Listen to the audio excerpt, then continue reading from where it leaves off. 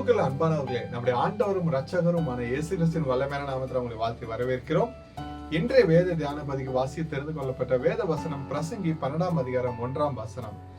நீ உன் வாலிப பிரயாத்திலே உன் சிருஷ்டிகரை நினை, தீங்கு நாட்கள் வராததற்கு முன்னும் எனக்கு பிரியமானவர்கள் அல்ல என்று நீ சொல்லும் வருஷங்கள் சேராததற்கு முன்னும். ஆமென். அநேக வாலிப பிள்ளைகள் தங்கள் சிருஷ்டித்த தேவனை மறந்து உலக பிரகாரமான அழிந்து போகிற சிற்றின்பங்களில் சிக்கி தங்கள் வாழ்நாள் முழுவதும் முதிர்வது வரைக்கும் அநேக இன்னும் துன்பங்களினால் அவர்கள் கடந்து செல்கிறார்கள். நம் சிருஷ்டித்த தேவனை நம்ம அறிந்து துதித்து ஆராதிக்கும் போது சங்கீதக்காரன் இவ்வாறாக குறிப்பிடுகிறான். சங்கீதம் 92:15 அவர்கள் முதிர் வயதிலும் கனித்தந்து புஷ்டியும் பசுமையுமா இருப்பார்கள். அல்லேலூயா.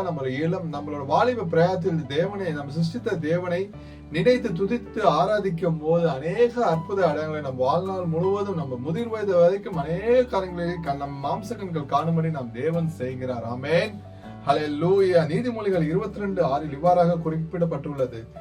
பிள்ளையானவன் நடக்க வேண்டிய வழியிலே அவனை நடத்து, அவன் முதிர் வயதிலும் அதை விடாது இருப்பான். நம்ம வாலிப பிரயாதம் என்ன கத்துக்கிறோமோ அது நம்ம முதிர் வயது வரைக்கும் நம்மளோடு கடந்து வரும்.